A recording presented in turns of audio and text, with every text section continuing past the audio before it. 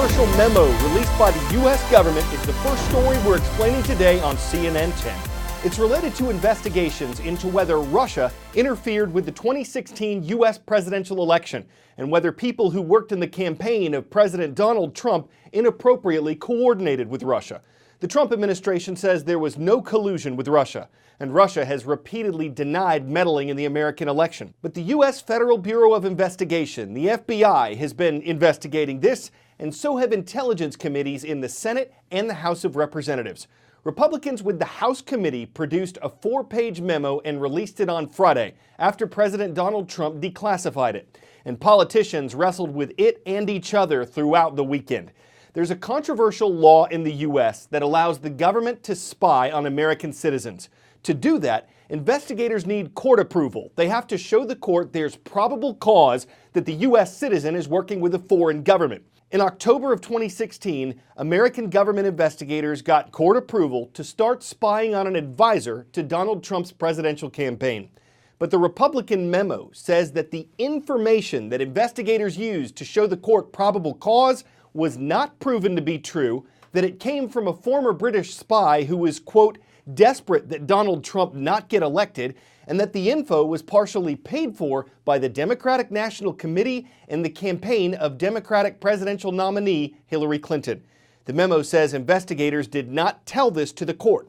So Republicans say government investigators abused their power to spy on Donald Trump's campaign.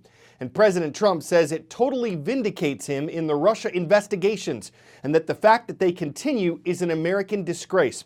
But the FBI says it has grave concerns about the memo, specifically, quote, material omissions of fact that fundamentally impact the memo's accuracy. Its probe started in July of 2016, months before the court allowed spying on the Trump advisor. And Democrats say the memo is misleading and that it highlights only part of the reason why U.S. investigators were monitoring the Trump campaign, suggesting there's more evidence to suspect it had inappropriate contact with Russia. They say the memo's release is a Republican attempt to obstruct and undermine the FBI's Russia investigation.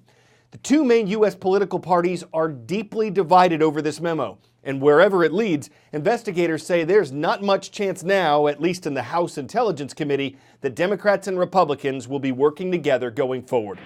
SpaceX is about to make the ground seriously rumble. Their new rocket, the Falcon Heavy, is about to launch for the first time, and this thing is big. It's lifting off from the historic Kennedy Center launch pad 39A, which is where Apollo 11 launched humans to the moon. And once again, the pad will be the site of spaceflight history. Once Falcon Heavy has liftoff, SpaceX says it will be the most powerful operational rocket in the world, by a factor of 2.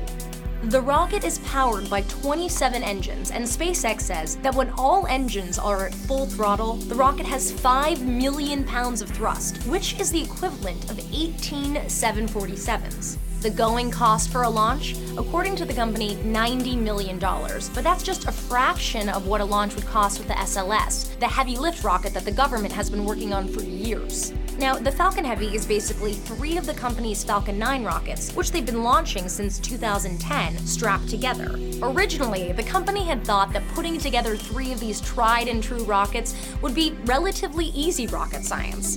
But it turns out it was much more complicated than Elon Musk and his team had anticipated, and the launch has been delayed for several years. And even though the rocket is expected to finally take flight, Musk himself acknowledges that this first test launch has a high likelihood of failure. So what do you launch in the rocket that everybody has been waiting years for and has a good shot of just blowing up?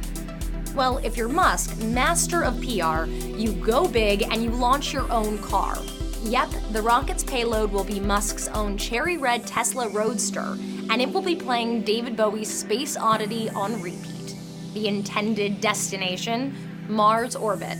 That is, if it doesn't blow up on ascent. And while sending a Tesla to space might be a silly PR stunt, the launch is anything but. The rocket was designed from the start to ferry people to the moon and to Mars. A successful launch would put SpaceX a giant leap forward towards getting to deep space. Oh, and did I mention that SpaceX is hoping to land all 3 first-stage boosters?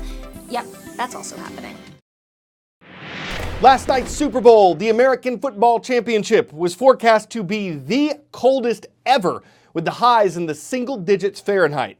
Of course, fans who could afford to get inside the indoor stadium would have the benefit of climate control, and a few days before the game, the cheap seats were selling for several $1,000s each. Still, that's cheaper than buying advertising. America's most watched sporting event commands prices of more than $5 million for a 30-second commercial. What are businesses buying? Why would a company like Coca-Cola, that everybody already knows, spend millions of dollars to remind you that they still exist? Why does Coca-Cola want to buy a Super Bowl ad? To answer this question, we brought in a smart person who gets paid to get inside your head. Meet Amy Avery. Chief Intelligence Officer at Droga5, Adweek and Ad Agent's top creative agency. Let me guess, faking your own death to get out of your Verizon contract? You know, people around me ask all the time, because I do measurement, is 5.1 million really a reasonable amount to charge for that, and why would a brand ever do it? Yes, you're buying exposure, but that's not really what you're buying there. You're buying access into conversation, you're buying access into a memorable experience, you're triggering emotion. Oh, man. One truth about advertising is that it usually targets your subconscious more than it does your conscious mind. So much of advertising is built for a long tail. People say it doesn't work, and they're like, because I didn't see something, and then go buy it. And I'm like, that's not what we're counting on, actually. We're counting on this long tail. For some big purchases like a car, you might research it, give it a lot of thought, and that's where the details of an ad you saw about an APR deal might kick in. It's 0% financing for 60 months. But for most of the things that you buy every day, you don't really think about why you're doing it. It's that brief moment before you grab a product off the shelf that those countless ads you've seen over and over and over again take effect. Should you go with the cheaper brand you've never heard of, or the more expensive brand you saw on TV? So there was this study done, and it took two items that were exactly the same. But one had a brand on it that people knew, and the other one was the same product without the brand.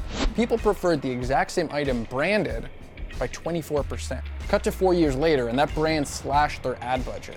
The same test was done, and the brand's perceived quality was cut in half. Soy chow mein for a perfect meal in just 6 minutes. Buy some today!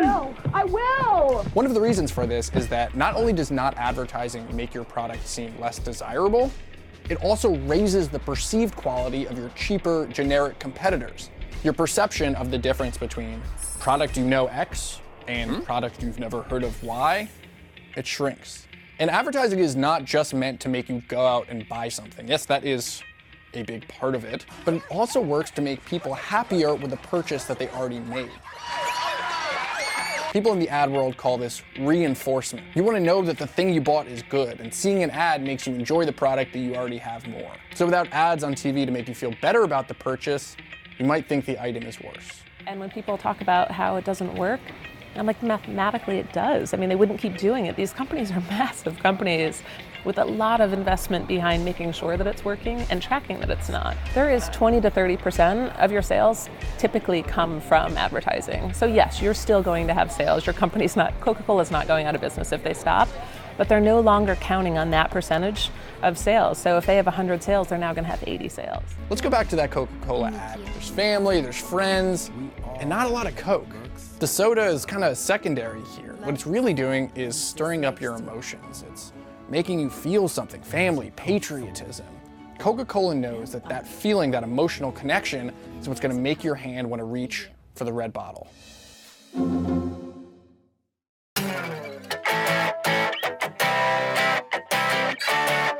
If you like zip lines, but you generally find them too boring, too slow, too short, or too cheap, this could be the antidote.